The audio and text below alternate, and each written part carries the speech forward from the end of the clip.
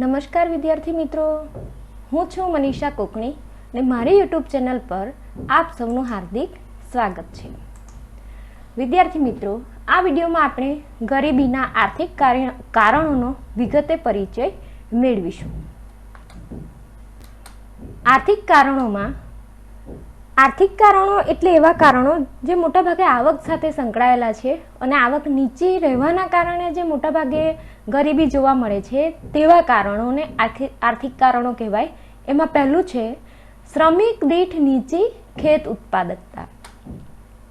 ભારતમાં ગ્રામ્ય ક્ષેત્રે ગરીબી વધુ હોવા માટેનું એક મહત્વનું કારણ કૃષિ ક્ષેત્રે શ્રમિકની નીચી ખેત ઉત્પાદકતા છે. હવે અહીંયા ઉત્પાદકતા શું તો કે કુલ ઉત્પાદનમાં એક શ્રમિકનો ફાળો કેટલો છે તે જે તે શ્રમિકની ઉત્પાદકતા દર્શાવે છે. હવે ભારતમાં ગ્રામ્ય ક્ષેત્રે જે વધુ ગરીબી હોવાનું કારણ જે છે તેનું એક કારણ તો કે કોઈક કામમાં જરૂર કરતાં વધારે શ્રમિકો રોકાયેલા હોય છે, માટે એ લોકોને આવક પણ ઓછી મળે અને કુલ ઉત્પાદનમાં પણ એ લોકોનો હિસ્સો ઓછો હોય છે. તો એના કારણે પણ કે પ્રચ્છન્ન બેકારી અને મોસમી બેકારી જે છે એનું પ્રમાણ ગ્રામીણ વિસ્તારમાં વધુ જોવા મળે છે. એટલે કે શ્રમિક દીઠ નીચી ખેત ઉત્પાદકતા એ પણ ગરીબીનું એક કારણ છે. હવે નીચી ખેત ઉત્પાદકતા કેવી રીતે માપવામાં આવે છે, એટલે કે ખેત ઉત્પાદકતા શું છે તે આપણે જોઈ લઈએ. તો કે ખેત ઉત્પાદકતા વાસ્તવમાં પ્રતિ હેક્ટર દીઠ થતા ઉત્પાદન અથવા હેક્ટર દીઠ થતી આવકના સંદર્ભમાં માપવામાં આવે છે.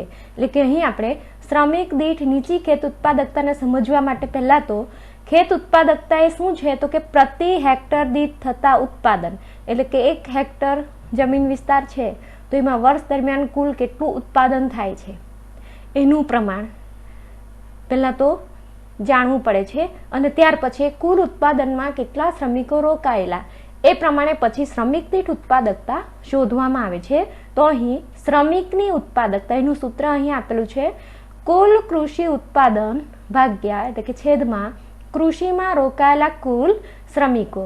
હવે કુલ ઉત્પાદન છેદમાં કૃષિમાં રોકાયેલા કુલ શ્રમિકો, તો કે વર્ષ દરમિયાન જેટલું હેક્ટર દીઠ વિસ્તારમાં એક હેક્ટર જમીન વિસ્તારમાં થયેલું કુલ કૃષિ ઉત્પાદન અને કુલ ઉત્પાદનમાં રોકાયેલા શ્રમિકો એને ભાગવામાં આવે તો આપણને શ્રમિક દીઠ ઉત્પાદકતા મળે છે. એટલે કે કુલ ઉત્પાદન જેટલું પણ આખા વર્ષ દરમિયાન થાય છે તે અને એમાં રોકાયેલા શ્રમિકો, જો શ્રમિકોનું પ્રમાણ વધારે હોય તો શ્રમિકની ઉત્પાદકતા ઓછી આવશે. એટલે કે ઉત્પાદન તો એટલું જ છે પણ એમાં રોકાયેલા શ્રમિકો વધુ હોવાના કારણે શ્રમિક દીઠ ઉત્પાદકતા નીચી રહે છે.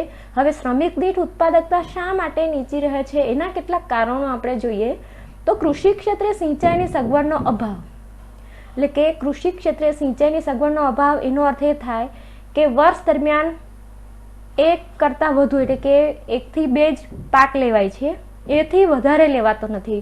ક્યાં તો પછી વરસાદી ખેતી હોવાના કારણે વર્ષ દરમિયાન માત્ર એક જ વખત પાક લેવાતો હોય તો શ્રમિકોને પૂરતું કામ મળતું નથી, માટે એ લોકોની ઉત્પાદકતા નીચી રહે છે. એટલે કે જરૂર કરતાં વધારે શ્રમિકો ત્યારે રોકાયેલા હોય એવું બને. એ જ પ્રમાણે અપૂરતી ટેકનોલોજી એટલે કે ટેકનોલોજીનો અભાવ, શિક્ષણ અને તાલીમનો અભાવ, મૂડી રોકાણનો નીચો દર, ઉત્પાદન ક્ષેત્રમાં જે મૂડી રોકાણ થવું જોઈએ તે થઈ શકતું નથી. કેમ તો કે કુલ ઉત્પાદન ઓછું રહે છે માટે કુલ આવક પણ ઓછી હોય, બચત ઓછી હોય, પરિણામે જે મૂડી રોકાણ થવું જોઈએ, નવા ઉત્પાદન માટે જે મૂડી રોકાણ થવું જોઈએ તે પણ ઓછું રહે છે. પરિણામે આવે કે ફરીથી જે આવક મળવી જોઈએ તે એટલી મળતી નથી. એ જ પ્રમાણે વસ્તીનું વધુ પડતું ભારણ એટલે કે રોજગારીના અન્ય ક્ષેત્રના અભાવના કારણે કૃષિ ક્ષેત્ર ઉપર વસ્તીનું ભારણ વધે છે. એના કારણે પ્રચ્છન્ન બેકારી છે, મોસમી બેકારી છે વગેરેનું પ્રમાણ વધારે જોવા મળે છે. આ જે બધા કારણો છે એના કારણે ભારતના ગ્રામ્ય ક્ષેત્રમાં શ્રમિક દીઠ ઉત્પાદકતા નીચી રહે છે. પરિણામે ગરીબી જોવા મળે છે. એટલે કે પરિણામે ખેડૂતોની આવકો નીચી રહેતા ગરીબીનું પ્રમાણ જોવા મળે છે. પછી જોઈએ જમીન તથા સંપત્તિની અસમાન વહેંચણી. આ બીજું કારણ છે. ખેતી માટે જમીન ખૂબ મહત્વની છે. ભારતમાં અંગ્રેજોના શાસનકાળથી જ જમીનદારી પ્રથા જેવી વ્યવસ્થાઓને કારણે જમીન માલિકી મુઠ્ઠીભર જમીનદારોના હાથમાં હતી.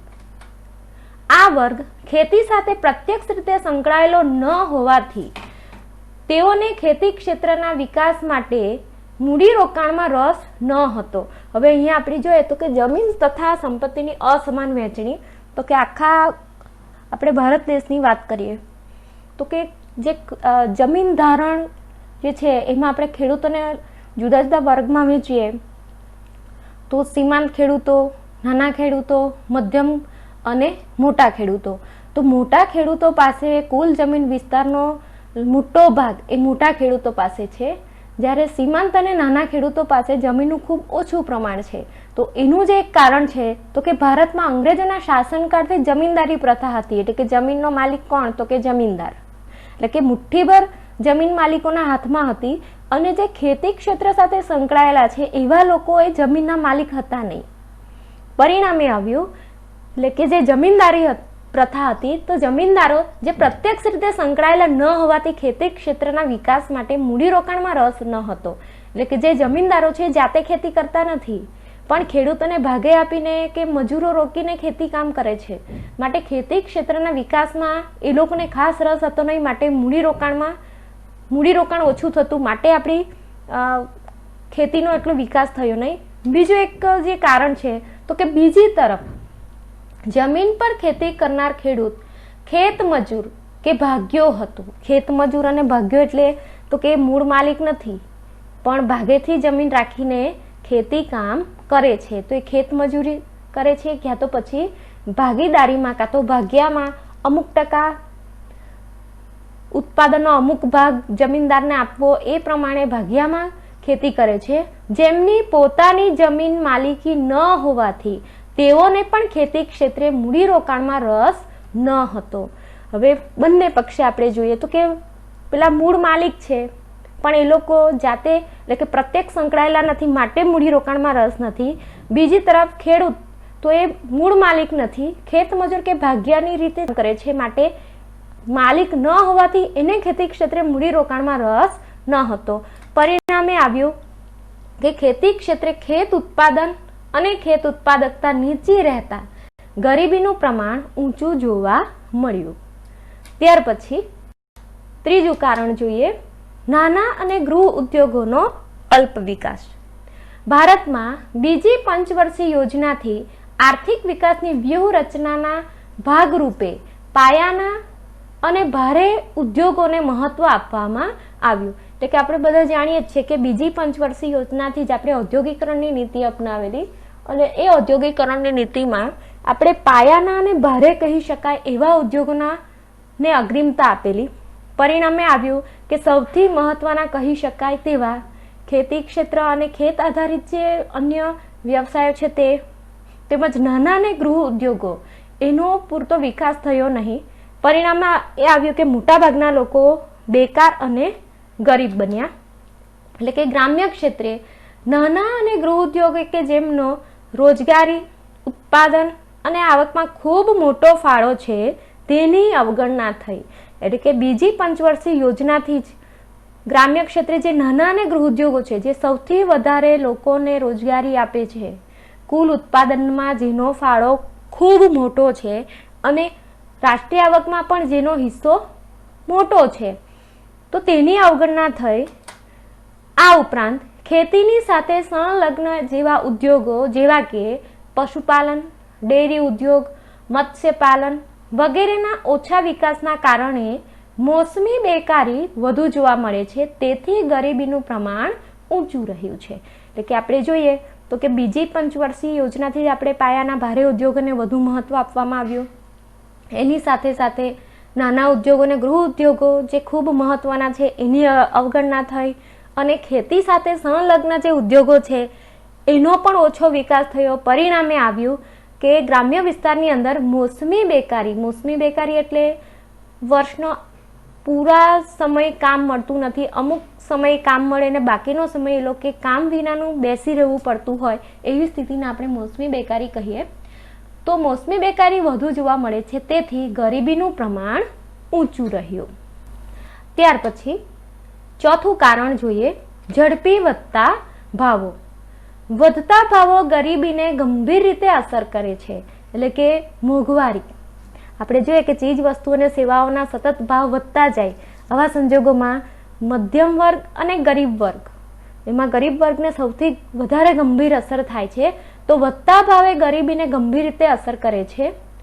યુદ્ધ, દુષ્કાળ, નીચું રાષ્ટ્રીય ઉત્પાદન, ઝડપથી વધતી માંગ, ઉત્પાદન ખર્ચમાં થતો વધારો વગેરે કારણોસર ચીજ વસ્તુઓ અને સેવાઓ તેમજ ખાદ્ય ચીજોના ભાવમાં ઝડપથી વધારો થાય છે. હવે અહીંયા આપણે જોઈએ તો કે યુદ્ધની સ્થિતિ હોય તો કે યુદ્ધની સ્થિતિમાં જે મૂડીરોકાણ દેશના આર્થિક વિકાસ માટે કે ઉત્પાદન, જીવન જરૂરિયાતની વસ્તુઓના ઉત્પાદન માટે થવું જોઈએ, એના બદલે યુદ્ધમાં ઉપયોગી જે સાધનો છે એની પાછળ ખર્ચાઈ જાય છે. પરિણામે જે જરૂરિયાતની ચીજ વસ્તુઓ છે એની અછત સર્જાય છે, એના કારણે એના ભાવ ઝડપથી વધે છે. બીજી તરફ દુષ્કાળની સ્થિતિ હોય તો કે દુષ્કાળની સ્થિતિમાં પણ ખાદ્ય ચીજો કે અનાજનું ઉત્પાદન પૂરતા પ્રમાણમાં થતું નથી. બીજું, નીચું રાષ્ટ્રીય ઉત્પાદન, કુલ રાષ્ટ્રીય ઉત્પાદન પણ ઓછું હોય, એના લીધે પણ ઝડપથી ભાવો વધે છે. તે જ પ્રમાણે ઝડપથી વધતી માંગ, એટલે કે વસ્તી વધવાની સાથે સાથે તેમજ ઝડપથી વધતી માંગ એ પણ ભાવ વધારાને પ્રોત્સાહન આપે છે. એ જ પ્રમાણે ઉત્પાદન ખર્ચમાં થતો વધારો, કાચો માલ કે ઉત્પાદનના સાધનોની કિંમતમાં વધારો થાય, એના લીધે જો ઉત્પાદન ખર્ચમાં વધારો થતો હોય તો એ પણ ભાવ વધારાને સર્જે છે. તો આ બધા કારણોસર ચીજ વસ્તુઓ અને સેવાઓ તેમજ ખાદ્ય ચીજોના ભાવમાં ઝડપથી વધારો થાય છે. પરિણામે ઓછી આવકવાળા વર્ગની ખરીદ શક્તિમાં ઝડપથી ઘટાડો થાય છે. ખરીદ શક્તિમાં ઘટાડો થયો એટલે શું? તો કે એ લોકોને પૂરતી આવક મળતી નથી અને એટલી આવકમાં, એટલે કે ઓછી આવક હોવાના કારણે ઊંચી કિંમતે વેચાતા ચીજ વસ્તુ કે સેવાઓનો લાભ એ લોકો લઈ શકતા નથી. પરિણામે જીવન ધોરણનું સ્તર નીચું આવે છે અને ગરીબી વધે છે. ત્યાર પછી પાંચમું કારણ, બેરોજગારીનું ઊંચું પ્રમાણ.